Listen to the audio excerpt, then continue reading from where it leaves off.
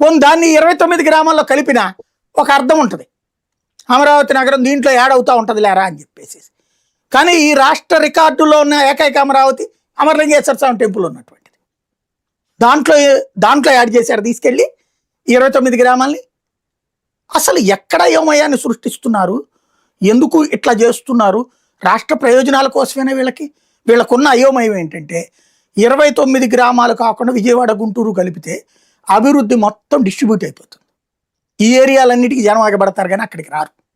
ఎందుకంటే ఇప్పుడు విజయవాడలోనే ఉంది, మా సింగనగరం మా ఏరియాలన్నీ ఎప్పుడు భూమి పుట్టక ముందు నుంచి ఉన్నాయి. అవన్నీ రైల్వే లైన్ మీద ఇప్పుడు వంతెనలు వేయక ముందు నుంచి ఉన్నాయి. అప్పుడు ఎప్పటి నుంచినో తర్వాత వంతెన వేశారు, 2 వైపుల నుంచి వంతెన ఉన్నది.